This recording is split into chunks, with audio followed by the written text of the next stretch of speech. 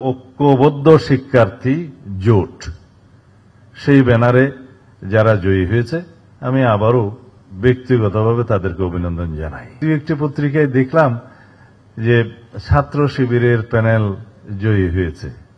তা আমি আপনাদের সামনে বলতে চাই, সাংবাদিক বন্ধুদের উদ্দেশ্যে বলতে চাই, আমার জানা মতে বাংলাদেশ ইসলামী ছাত্র শিবির ডাকসু নির্বাচনে অংশগ্রহণ করেনি। পত্রিকাগুলোতে দেখলাম যে ডাকসু ছাত্র সংসদ মানে ডাকসু নির্বাচন হলো এবং বিভিন্ন বিশ্ববিদ্যালয়ে ছাত্র সংসদগুলোর নির্বাচন হবে। এই নির্বাচনগুলোর ট্রেন্ড কি এবং এই নির্বাচনের ফলাফল সম্পর্কে আপনাদের মন্তব্য কি? আমি আজকে ব্যক্তিগতভাবে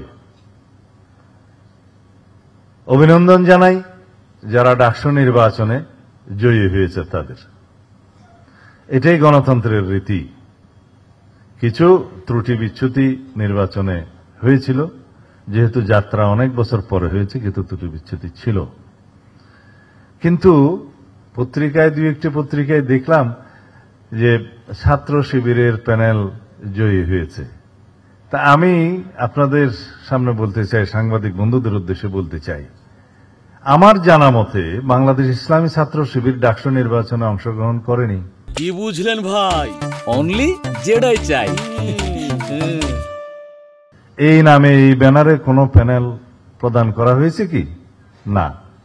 তো পত্রিকায় বিভিন্ন মিডিয়াতে এইভাবে আসছে কেন? প্রশ্ন সেখানে। আমরা বাংলাদেশ জাতীয়তাবাদী ছাত্র দল ব্যানারে দলীয় নামে ঘোষণা দিয়ে আমরা নির্বাচনে অংশগ্রহণ করেছি, আমাদের ছাত্ররা অংশগ্রহণ করেছে।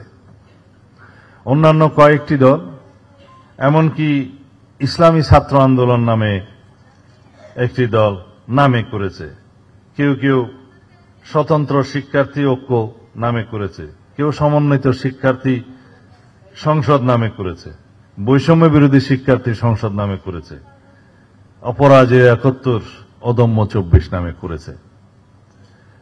কিন্তু যারা স্বনামে ছাত্র সংসদ নির্বাচনে অংশগ্রহণ করতে চায়নি, তার একটা উদ্দেশ্য তো অবশ্যই আছে। যারা আজকে জয়ী হয়েছে তাদের দেখলাম প্যানেলটা ছিল ঐক্যবদ্ধ শিক্ষার্থী জোট, সেই ব্যানারে যারা জয়ী হয়েছে আমি আবারও ব্যক্তিগতভাবে তাদেরকে অভিনন্দন জানাই।